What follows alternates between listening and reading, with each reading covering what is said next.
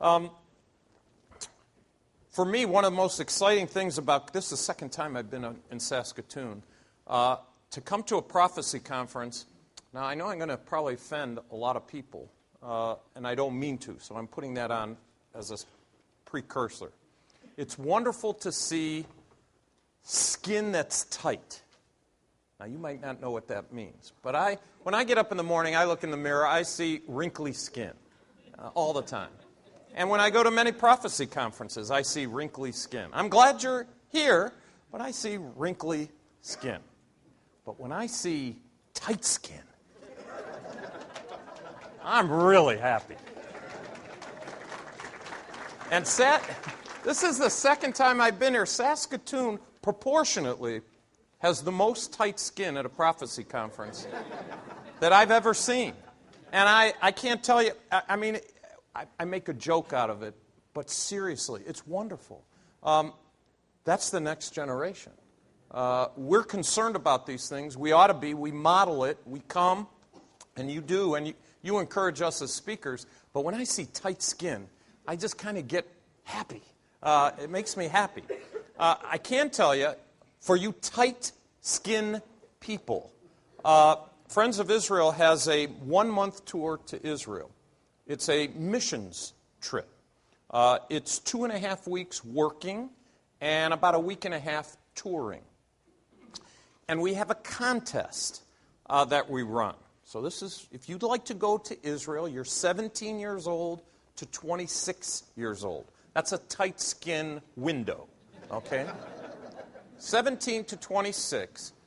If you would write, you got to go on foi.org, and we already had a contest winner this year, so this would be for next year, but it's open already. You write 650 words, and by the way, wrinkly people, tell your grandkids and kids, that's fine. Anybody can enter. You must tell us why you love Israel and the Jewish people in 650 words. First prize, a free trip to Israel. Second prize, half-paid trip to Israel. For those who want to go, it's a missions trip, so you could raise your support to go. At least in the States, it's tax deductible. I don't know how Canada does that, but in the States, it would be a tax deductible thing. So, I want to encourage you. Go to foi.org. You're 17 to 26. 650 words. Send it in. You go online. Look for the Origins trip. It's trip to Israel. Origins. Our resolve is giving Israel never-ending support. And it is an encouragement to me as a person with the Friends of Israel that the conference is going to be supporting Jack and Judy. I know Jack for a long time. Jack is a Sabra. That means he was born in Israel, moved to the States when he was about 10. I met him when he was going to Moody Bible Institute, and we met then, and then he was called to the work, and great. They're a great couple. They are heavily involved in our Origins trip. In fact, should any of you go, you would be staying for the first 2.5 weeks. You would be staying with Jack and Judy in their home, along with about 15 other non-wrinkly skinned people. So, anyway, just to encourage you, Friends of Israel, had interesting beginning because this is a conference, biblical conference, prophecy. We talked a lot about it. It's connected in so many ways. Friends of Israel started in 1938 by a group of businessmen and pastors, Christians, who believe the Bible. Now, what's interesting is a lot of people think prophecy's baloney. Well, at least in our instance, 1938, Adolf Hitler was in power for 5 years, and these men were meeting Jewish people who had gotten out of Germany. About half the German Jewish population got out of Germany by 1938. Kristallnacht, the night of broken glass, a very important date as you study the Holocaust. Well, they came to New York, and from New York they filtered down to Philadelphia, and these men read their Bibles. They were meeting Jewish people, and so they established the Friends of Israel Relief Society. It's an interesting name. Friends of Israel Relief Society, since there was no Israel at the time. Why would they call it Israel? Well, after all, Great Britain was occupying Palestine, as it's called. Everyone who lived in that land, born there, was a Palestinian, by the way. Was there a country of Palestine? No. Never been a country, never had a capital. It was actually taken in 138 by Hadrian, who took the Philistines, a people that were no longer around, Philistina, called it Palestine. Cartographers kept it alive, and now it's used all the time. But there was never a Palestine. At any rate, Friends of Israel, named Friends of Israel Relief Society, 10 years later, there was an Israel. I can't tell you those men knew it would be in 10 years. That's speculation. We've already heard a little bit about that. But I can tell you that they believed it would take place. And interestingly enough, just for your consideration, Menno Kalischer, who also lives in Israel, he and Jack know each other real well, Jack in Rehovot, Menno in Jerusalem. Menno Kalischer is the son of Zvi. So for those of you who get Israel My Glory, probably 90% of you who get that magazine, take the magazine, turn it upside down, which is the right way, but Hebrew came before English. So anyway, you turn it upside down, start from the back, you read Zvi. Zvi's 82 years old, still goes down to Jerusalem. I mean, he lives in Jerusalem, but goes to the wall usually, speaks 11 languages, never got past 4th grade. Read a story. The story's in the back as well. It's a wonderful story of a young Polish boy who was left in an orphanage by his mother, telling him that she'll be back. She never was. He never saw his family again, and told him, never tell anybody that you're Jewish.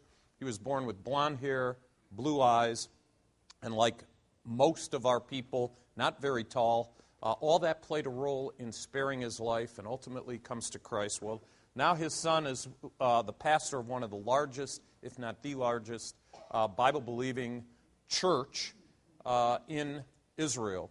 And he's written a wonderful book on Messianic prophecy, probably one of the best that I've personally looked at.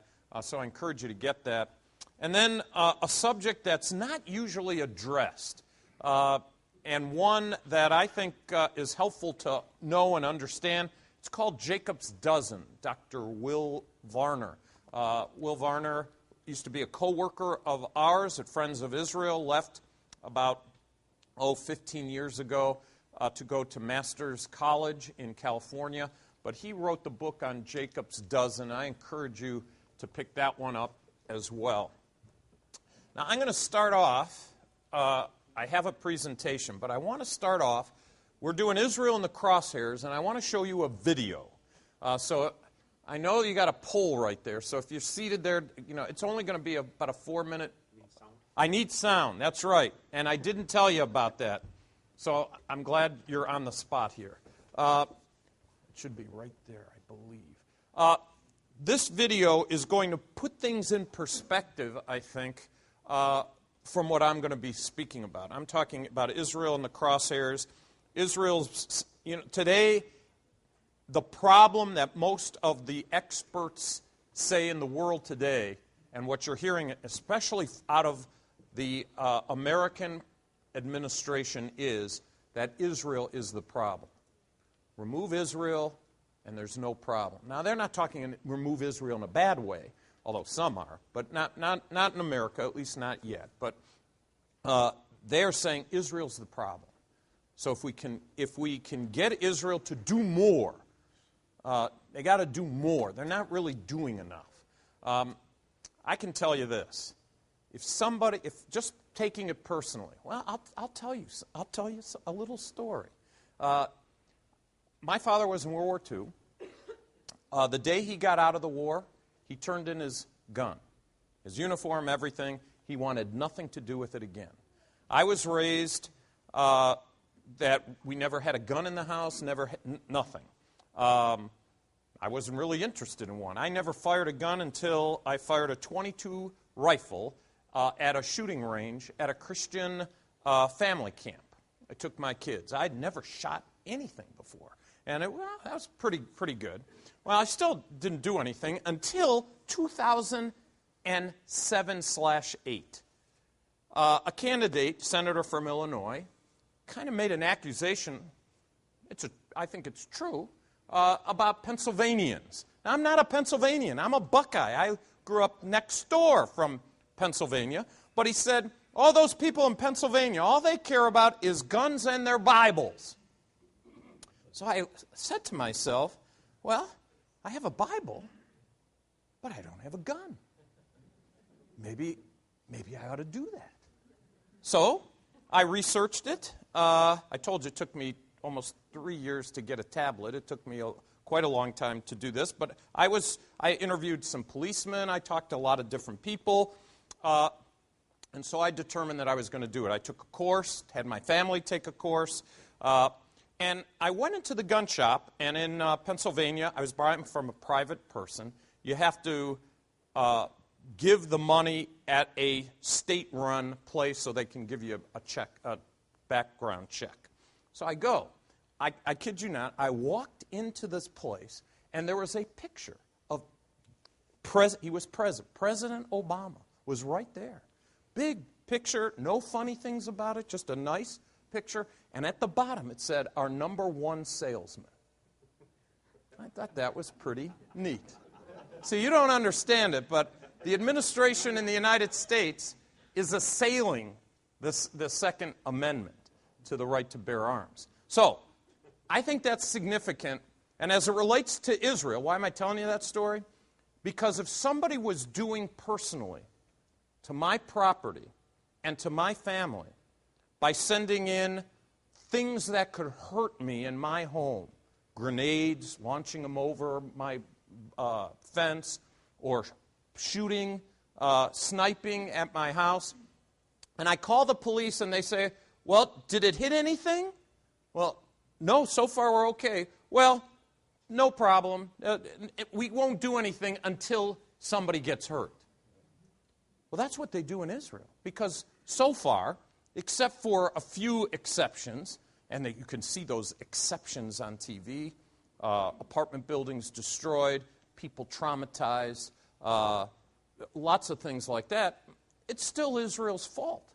I don't get that. And I think when you see this video, hopefully, and I might want to make sure the sound is up on this too so that we can hear it when it goes. Oh, good. It is ready. Ready to roll. Okay.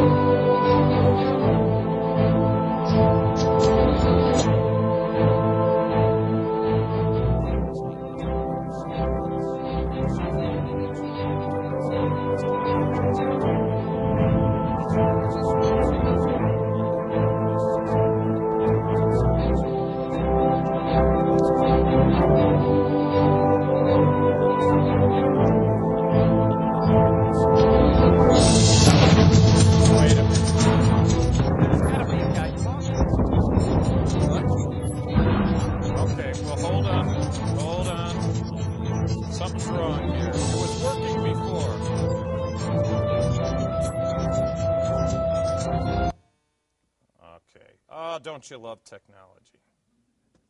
All right. Let's see if we can do this again.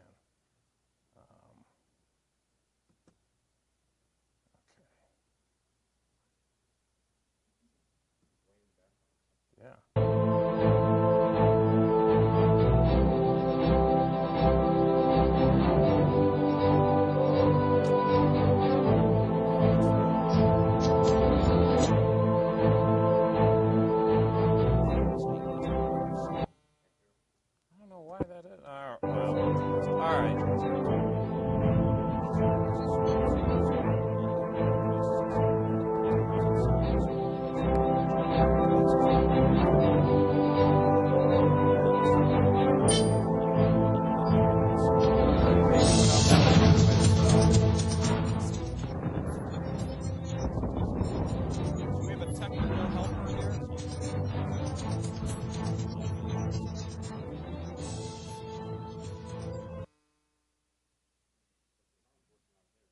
The music is playing.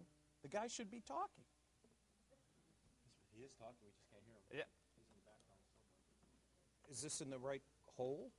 Yeah. That's where we're coming through. Okay.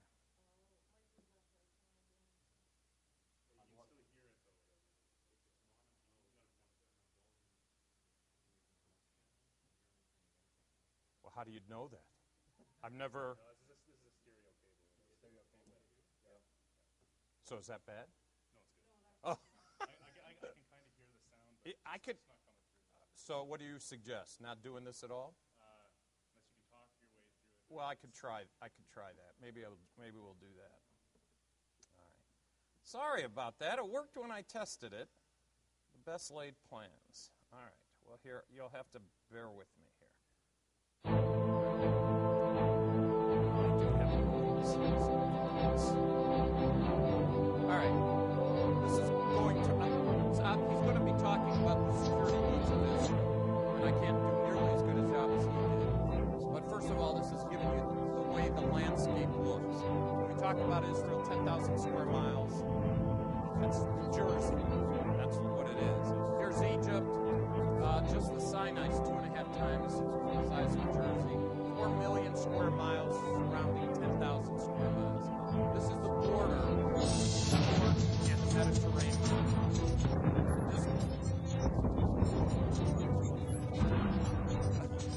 Really fast. Okay, right here, what's called the West Bank. He's talking about the Security Council that guarantee safe and secure borders, recognized borders free from threats or acts of force. What are the defensible borders? That I could read, by the way. First, he's going to talk about the Jordan Rift Valley, which goes down right here. Okay, a natural border between Jordan and Israel. It's a rift. That's, by the way, where the Dead Sea is, which is here. That's the Jordan River. This is the Sea of Galilee. And if you'll notice that it's a natural rift, it keeps the enemy out. That's part of the negotiated area that they're going to talk about. Attacks have come here throughout the history of the modern state of Israel. Here's the Philadelphia Quarter, often in the news, where they're siphoning millions of all kinds of military hardware into Gaza, which is run by Hamas, which is trouble, big trouble. So Israel has to defend itself to keep control of the Jordan Valley. The mountain ridge, which is real close to the airport, those of you who traveled to Israel, this mountain ridge. Most of Israel's population lives on the other side. Here's the Mediterranean. This is where Israel is. The airport. You'll see a jet fly pretty soon. There he goes. That's the airport. So if the negotiated area of what's called the West Bank, Judea, Samaria, that ridge, if they allow to have military people here, this area here is only a 9-mile border. 9 miles. A person could hold a handheld missile and shoot out every single plane, which would mean no tourism in Israel. By the way, it would create more problem than that. He's just outlining that's the West Bank, Judea, Samaria, 9 miles wide, as I said.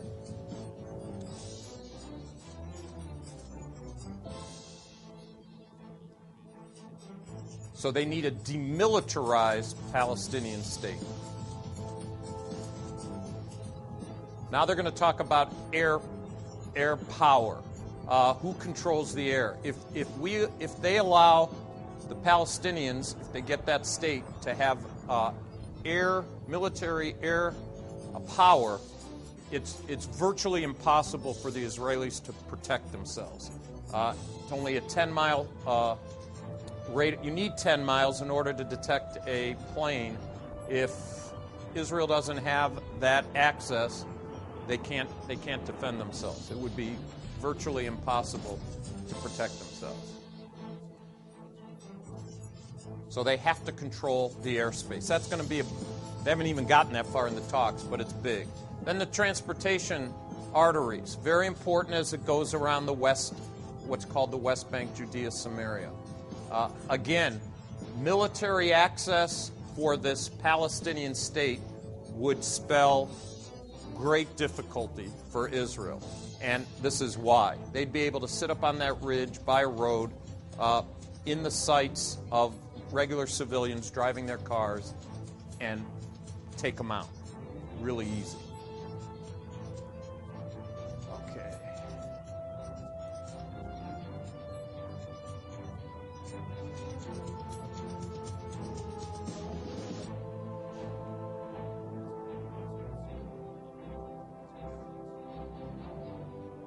I'll be talking about this anyway, so you know who that is.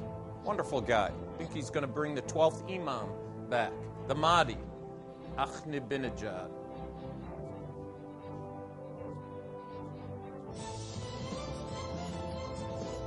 All right, well, that wasn't good, but it's the best I could do.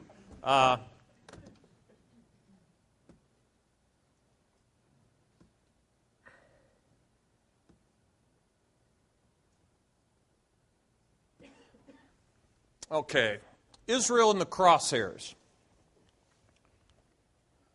There are 22 Arab states that came out of the Ottoman Turk Empire at the end of World War I. 22 states. Among them, Jordan, which I showed you on that video, Lebanon, you've heard of all these countries, Saudi Arabia, Kuwait, Yemen, and Syria.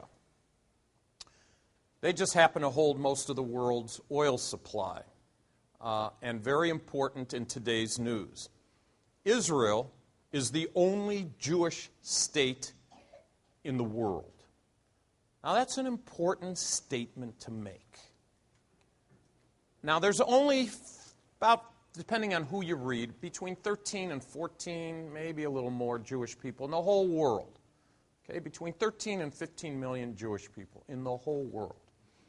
5.2 million in the United States, 500,000 in Canada, so you have North America, 5.5 million in Israel. France has about 500,000 Jewish people, and Jewish people scattered throughout. So there's not that many of us. Okay, so we have a 10,000 square mile country.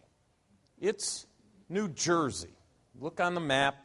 I happen to have our office in New Jersey. It's a small country. It's a small state. It's a small country.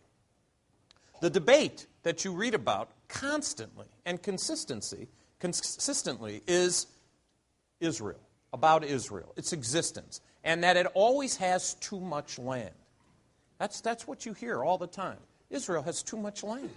In 1947, the UN was thinking of partitioning that area, one for the Palestinians, one for Israel. Israel said, yes, yes. The Arabs said, no, don't want to do that. 1948, Israel becomes a country. They celebrate. The day after they celebrate, 5 countries invade Israel. 650,000 people were living there. The countries that were attacking them had populations in excess of 150 million. And their goal was to drive them into the Mediterranean. If you were here yesterday, I told you that Harry Truman was the one who said, I'm Cyrus. I'm Cyrus. Well, there are 650,000. His advisor said they're going to be stillborn. They're going to be driven into the Mediterranean. We're going to look foolish for recognizing them. Don't do it. He did. And what's really interesting, and by the way, Zvi Kalisher, who I just talked about, he ended up fighting in that war of independence after surviving the Holocaust, as many Jewish people did, many Israelis did when they were there. And sometimes the story of fighting that war is comical in a sad way. Zvi he's described to me personally of all these people coming from all these different, mostly European countries, ravaged by the Holocaust, still struggling with Hebrew. The commanders would give them an order that most of them didn't understand. There are people who were killed because they thought they were told to advance, and they retreated, or retreated and advanced, or stood up when they were to lay down. Yet, at the end of that war of independence, Israel not only held itself from going into the Mediterranean. They actually took land. It's an amazing story. And so the idea is the Zionist dream, Zionism. Oh, this evil, awful Zionist. What's a Zionist? A Zionist believes, for lots of different reasons, that Israel's entitled to be a country. You could be a Zionist and be an atheist. You simply believe in law and order. United Nations recognized Israel. You can see the paperwork in the United Nations that was a vote. The vote went internationally that they're a country. So you could be a Zionist and say, look, they're entitled to the country. It was voted on. I think Israel has that right. And by the way, there are many Americans, at least, who are Zionists. They're not like crazy about it. They're not like passionate about it. But they say, yeah, Israel has every right to exist. That's a Zionist. You could be a Zionist and be religious. There are Zionist Jewish people who are very religious, and there are Christians who are Christian Zionists. You don't have to be, if you're a Christian, doesn't mean you are a Zionist. There are Christians who are not Zionists. But important to understand that Zionists desire a Jewish state, a place for Jewish people to simply be Jewish. And the world is struggling with that question. So, recognized under international law in 1948, even though the United Nations offered them a state called Palestine. By the way, Palestine, 1947, they had the Palestinian Philharmonic Orchestra, Jewish. 1947, this is even before, but 1947 they would have had the Palestinian Post. That's the Jerusalem Post. They were Jewish. So why were they called Palestinians? Because everybody was a Palestinian. All the paperwork would tell you they were Palestinian. 65 years, several wars, and billions of dollars later, the world wants two states, a two-state solution. Now, oftentimes when I have the opportunity to go to Israel, and I have a bus, I have many Christians who are Zionists, and they don't understand, why does Israel want to give back this land? Why does Israel want a two-state solution?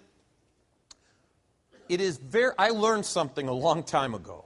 It is very easy to come from another country, go to a place, you're going to have certain views about why they do or don't do certain things. But there's one thing I've learned is we don't live there. I support Israel. I'm not for a two-state solution. I think it's useless. But if the government believes, I think wrongly, but if they believe that that's going to ensure peace for them, then I'm not there to criticize them. I'm there to try to support them. And by the way, if you have been through as many wars as they have, if you have seen as many family members die as they have, I have a theory about Yitzhak Rabin. I stood in my family room. I stood in my family room because I'm an emotional person. Jewish people are emotional people. We talk with our hands a lot. If you tie our hands together, we go mum. We can't talk. We need our hands. And so I'm standing in the family room watching this. And I'm watching Yitzhak Rabin, President Clinton, everybody in the world is there on the lawn of the White House. Yasser Arafat is there. I'm telling you, that guy, I was like fuming at watching this. And I'm saying to myself, I've got to be able to articulate to people what's going on here, that this isn't going to work. How are they going to understand? And my wife, who hates politics, just wonders why, she's just not into it. And she said, I think I can explain Yasser Arafat to other people. I said, oh, please, help me out. She said, would you buy a used car from that guy? I thought about that. There's a lot of people who have theories about Yasser Arafat. But the fact of the matter is, if he came to your house and he said, look, I got this beauty, only driven on weekends, to church by a single older woman who died after only putting 10,000 miles on the car. It's perfect for you, and it's only this amount. Now, if you looked at him and knew what you knew about him other ways, would you buy the car? If you tell me no, why in the world did all the world's leaders just drool over him, believing all the things he said? She really, for me at least, that's my mind, she broke it down perfectly. The world wants two states. They believe it's going to work. Yitzhak Rabin, at the time that he gave this speech on the White House lawn, had a granddaughter, 18 years old. She was seated in the front row when he gave that speech. It's just my conviction. We've talked a lot about speculation. I thought that was great. I talked about it, Ed talked about it. Sanctified speculation. Here's some, I don't know how sanctified it is, but it's speculation. As he looked at his 18-year-old, I believe Yitzhak Rabin was speaking as a grandfather, not as the prime minister of Israel. He had already served in enough wars. He had seen bloodshed and people die, friends, family. And now he looked at his granddaughter, and in my mind, I believed he thought, I don't think this thing has a chance. But we have gone through so many wars, I'm willing to give it a try so that she can live in peace. I have no idea if that's true. But I do know for a fact that all those wars, all that violence, the Jewish people, the Israeli people are a peace-loving people. They yearn for peace. By the way, I think that desire is going to play a key role in end-time scenario as a document will be strengthened, signed later on. And so they made that deal. They gave back land. I can remember in 2000 when Yasser Arafat stood in front of the Church of the Nativity and he said Jesus was a Palestinian. I can tell you when he made that speech, 80% of Bethlehem was Christian, 20% Muslim. Today, if there's 15% Christian, that's a lot. Things change when that group, the Palestinian Authority, Mahmoud Abbas. By the way, Mahmoud Abbas looks a lot better than Yasser Arafat. He does. But they're the same. One wears a suit and shaves, looks pretty decent. The other one looked like he was ready for war and never had a razor. Now, I got to be careful about that, but never used a razor at all. My point is that as you look at the situation today, I think you need to look at the facts. The world wants two states. The reason they want two states is they just think it'll work. If we could just give them what they want. One for Israel, one for the Palestinians. 1993, that agreement, PA took control of Gaza, Judea, Samaria, which is the West Bank. Today, Gaza, because another prime minister, Ariel Sharon, the lion, the one in 1973, who in either insane or brilliant, and sometimes they're meshed together, insane or brilliant, took a group of tanks down the Sinai, cutting a swath where there were Egyptian tanks all over the place. He saved the day of that war. Like a maniac, almost, and almost insane, where the Egyptians were so stunned they couldn't believe what they were seeing, and he won. But it's that same guy, Ariel Sharon as the prime minister, who disengaged from Gaza.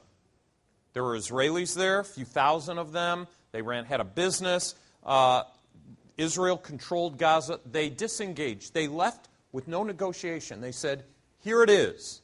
You want your own land? Take it.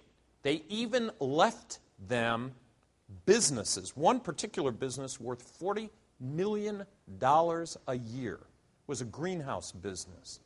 And the negotiation was, we're removing by force Israeli soldiers coming into Israeli people's homes, removing them. There were soldiers crying, literally. They're taking Israelis out, and they're going to move them somewhere else. They turned over the business.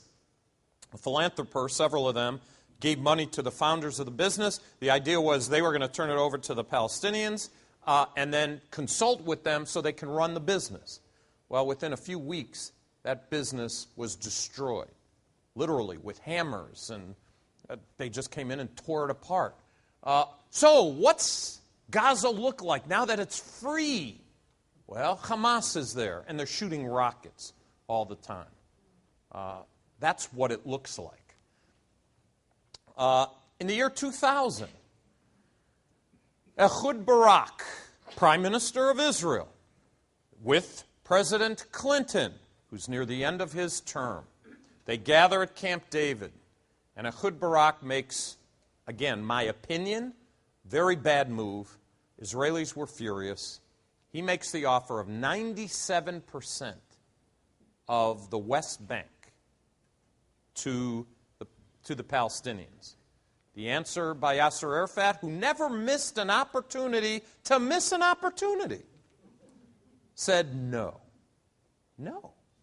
The Israelis were now very happy, but wondered they were just glad. I'm telling you, they were just glad. So he rejected the offer. President Clinton himself said, I'm cleaning this up, was in major magazines around the world, simply to say, you made me a failure. He didn't quite say it that way. He was looking for a legacy. He thought he had it. He had the Israeli prime minister in agreement, and now Yasser Arafat turned him down. Mahmoud Abbas desires a two-state solution. You'll hear that. Yes, we want a two-state solution. One Palestine, one Israel. He does. He wants a two-state solution. He'd be 100% agreement with the two-state solution. Except that Israel can't be Jewish. It could be a country. Call it Israel. And that will take all the refugees, there's a whole scenario about them, now numbering not 800,000 people in 1948, but they estimate that those 800,000 people are now about 3 million, and they should get the right to go into Israel and take the land that their parents, grandparents had and live on it now. That should be the second state. So they will not recognize, and he has said, I will not recognize a Jewish state. In fact, he says, Israel's an apartheid state. Interesting. United Nations regards Israel as the problem in the Middle East. Goldstone report, by the way, Goldstone's Jewish. South Africa, Jewish guy, wrote a report with in fact, most universities would have flunked, and he's a very smart person, would have flunked him on his resources. The resources that he used to put in his report were not satisfactory, but they were fine for as long as it came out the way it did. And his conclusion was that Israel was guilty of all kinds of things. Until about 4 years ago, or maybe 2 years ago, he came out and said he was wrong. Oh, by the way, it got enough publicity, so it didn't really matter. So Goldstone gave a bad report.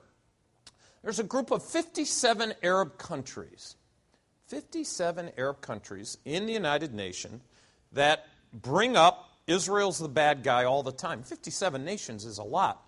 They're able to control the United Nations. In fact, your prime minister, we know in the country of 8, I forgot what it's called, when the 8 guys get, there's 4, there's 8, there's the G8, that's right, G8. It was our president who suggested something negative about Israel, that they recognize it, and it was Stephen Harper that vetoed it. And of those 8, any veto knocks out whatever they're going to do. And that particular thing happened to be that Israel should negotiate from the 67 borders. It was brought up by the United States, who usually in the past is the one that vetoes all those things. Now we brought it up, but it was Stephen Harper who said no. I want to tell you how thankful I am as a Christian and as a Jewish person for Stephen Harper. God raises up his people at the right time for the right purpose. So the Human Rights Council, by the way, Human Rights Council, China's on the Human Rights Council, North Korea's on the Human Rights Council, Cuba's on the Human Rights Council. So, by the way, the Human Rights Council always passes stuff against Israel. Interesting. The Human Rights Council. I don't see people taking vacations to North Korea. I just don't. There's not this long line to go to Iran.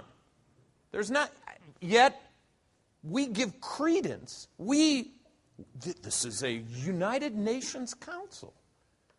Well, in Israel, you know what they call the UN? United Nothings. When we look at anti-Semitism through the years, and Jewish people have experienced it, we've talked a little bit about it. And when you study the Holocaust, you understand the transition it goes. If Judaism or if Jewish people were simply a doctrine, let's just replace the doctrine. And in fact, there's been times when intellectuals have talked about, well, it's not the Jewish people who are bad, it's just their Judaism. If they come and they become modern. And there are numbers of our people historically who've tried to show that they're not like really Jewish. They're a little Jewish. They can look like you, eat like you, pork, and go to the right kind of shows at the theater. During Greek times, it was doing the games with no clothes on. Jewish people did that. We've always tried to be like you. We want to show you that we're not as separate as the Bible says. The majority, historically in Judaism, has chased after that. It's only been a minority, a remnant of Jewish people who've looked at the Bible and tried to live a separate life. If Jews are a nation, well then deport them or don't recognize them. That would be the second step. But if they're a race, kill them. By the way, this is going to happen again. Big time. Worse than it's ever happened before. We've already talked a little bit about that. In Egypt, look, I'm not a big Mubarak fan. I think the Arab Spring that took place was legitimate. That's a speculation. That's an opinion. I believe it was legitimate. But what I also believe is that while he was oppressing his people, he was living up to the West demands. So he kept a 90-mile peace treaty with Israel. He was paid by the U.S. government upwards of $5 billion or maybe more a year to keep Egypt as a friend of the West. And he did that. He wasn't nice to his people, and now he's gone. He was pro-American, pro-West. He honored the Israeli treaty. His own people were very oppressed, and they had the election. And not surprisingly, I wrote about this in Israel, My Glory, the Muslim Brotherhood, big group, been around a long time, very much oppressed during the Mubarak years, very much oppressed, but very organized. And not surprisingly, they've risen to power. They've risen to power in a number of places where the Arab Spring has taken place, and it doesn't bode well for Western civilization.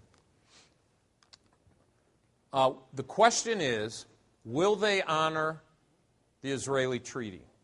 I can tell you already there's been one rocket that has hit Eilat.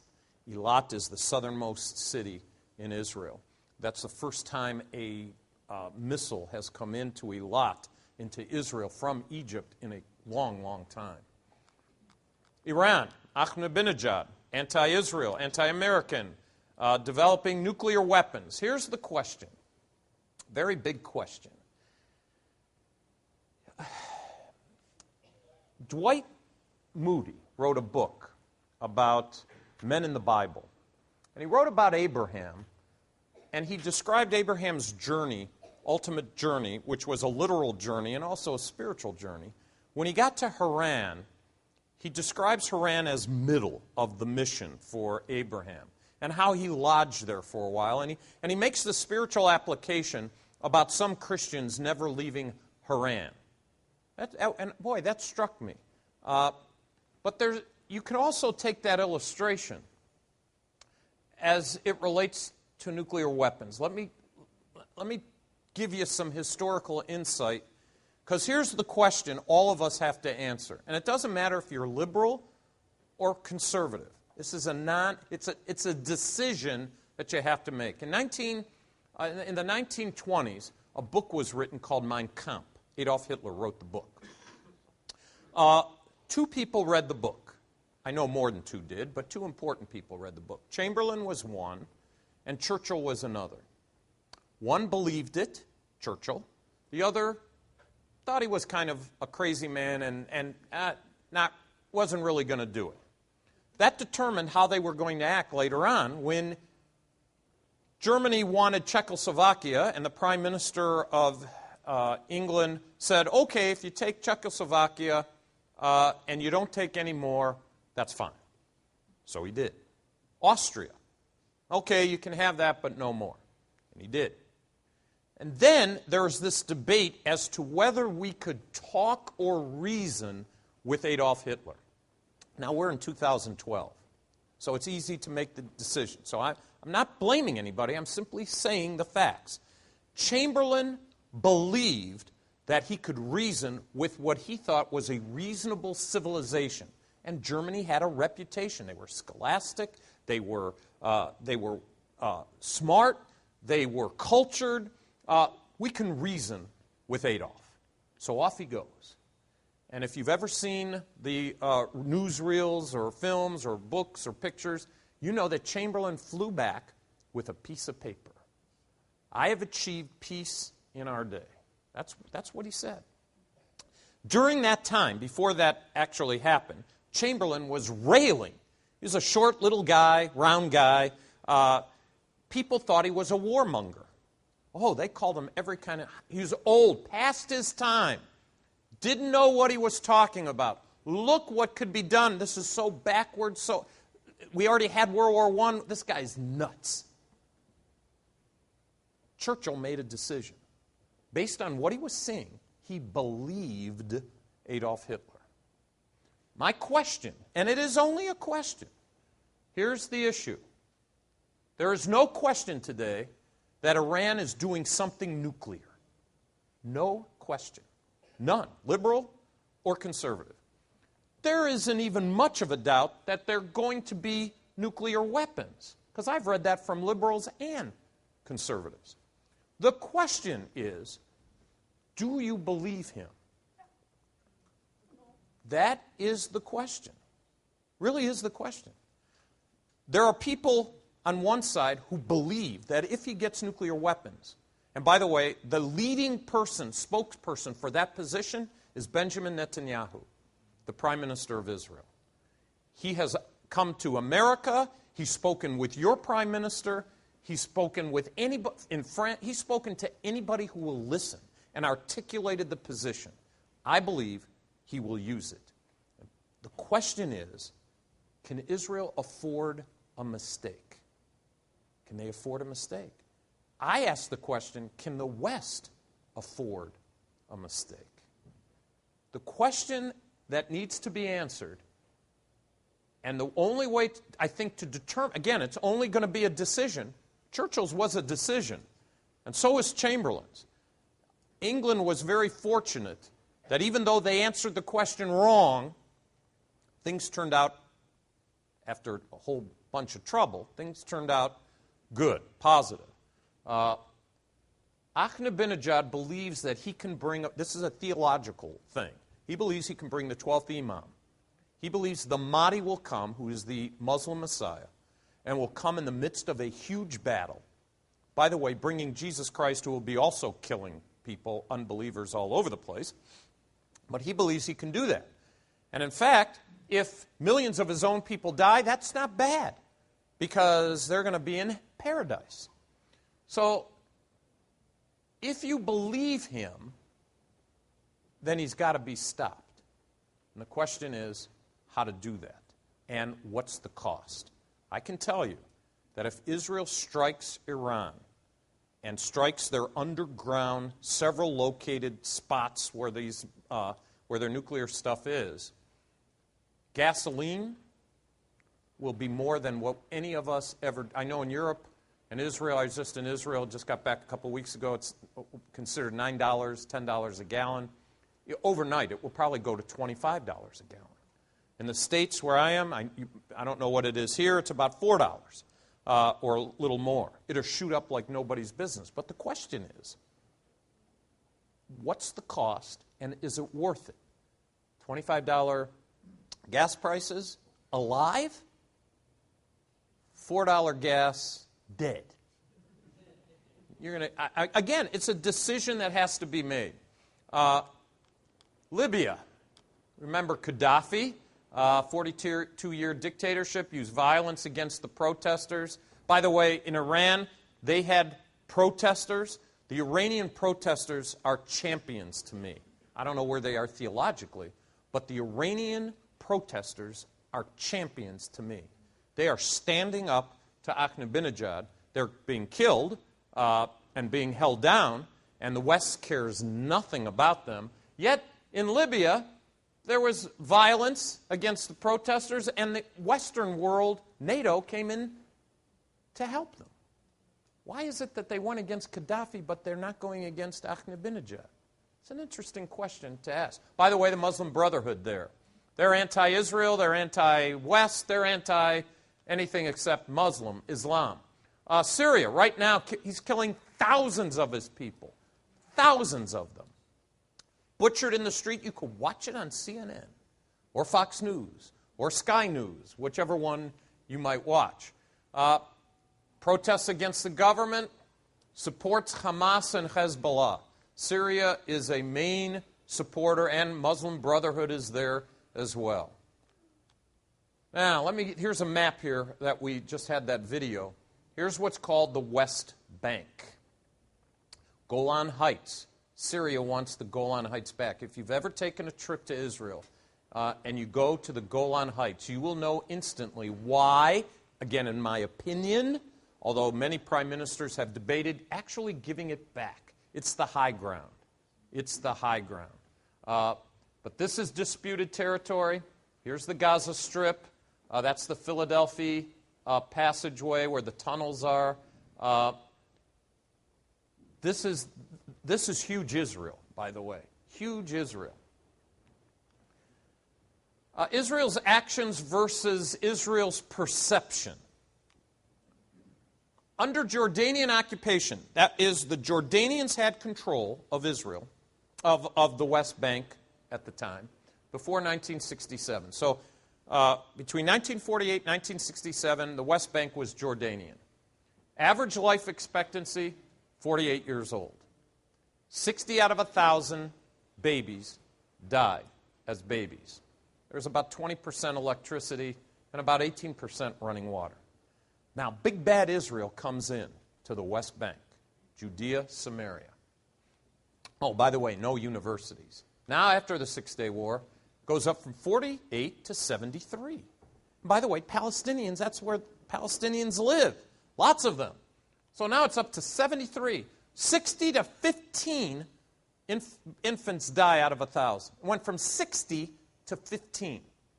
Electricity went from 18% to 92%. Oh, Israel's horrible. What a wicked country they are. Universities, learning, go to university. None to 7. Running water. Most of the country didn't have it. Now most of that area has it. In January 2010, there was an earthquake in Haiti. First on the ground, set up, ready for surgery, is Israel. Now, my country happens to be a little bit closer to Haiti than Israel. And from what I've talked to medical people, they got there, but the boxes weren't packed right. They couldn't get started. It doesn't mean they didn't try. I'm glad. I am proud to be an American. I'm glad that we want to help. But Israel took care of it. Why? They've had practice. Triages in the middle of trouble, they've had a lot of practice. They were first on the ground to set up for help. They carried 220 doctors, nurses, and army personnel. Israel was the first to set up surgical unit in Japan. This according to CNN. The clinic included orthopedic, surgical, and intensive care units. They brought with them 1.32 tons of equipment and 2.18 tons of aid. In an article that I've written in Israel, My Glory, on I in the Middle East, I have demonstrated that Israel, regardless of whether they're Muslim, whatever their religion is, it matters not. When there's human suffering, Israel is ready to help. That's their makeup. And I'll be talking about why that is. It's the only democracy in the Middle East. Its citizens are granted full and equal rights. Its citizens may protest government without government retaliation. Take a trip to Israel. Go to the Knesset. John, did you go to the Knesset? Okay, did you see the green area built right where the menorah is. There's an iron fence, and there's grass. I don't know if you saw it or not. But that grass, it's a pretty large swath of land, was built and designed by Israelis for protesting. Now think about that. It was designed that way. Look, you get two Jewish people together, you get three opinions. That's a conservative estimate. A decision's made in Israel, guaranteed not everybody's going to agree. They're going to get mad. We don't like it. How dare you? Go over there, talk, put up your sign, do whatever you want. We'll put it on camera. They do it that way. There isn't any other country that does that. Mark chapter 12, verses 28 to 33. Interesting situation.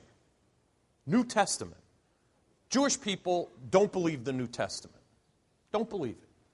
If you would have asked me before I was 22 years old what I thought about the New Testament, I said, I don't believe a word of it.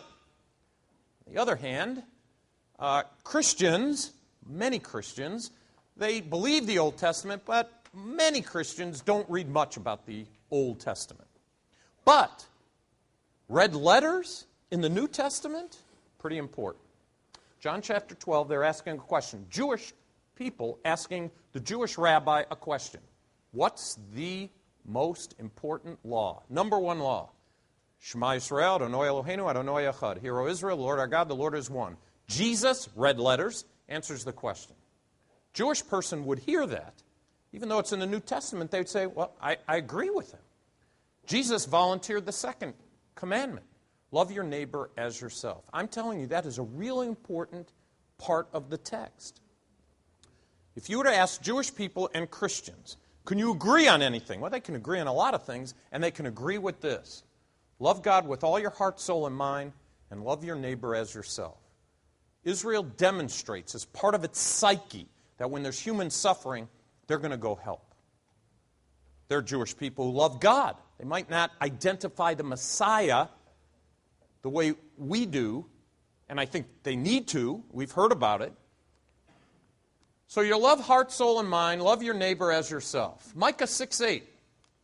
Three things. Do justly, love mercy, and walk humbly before God.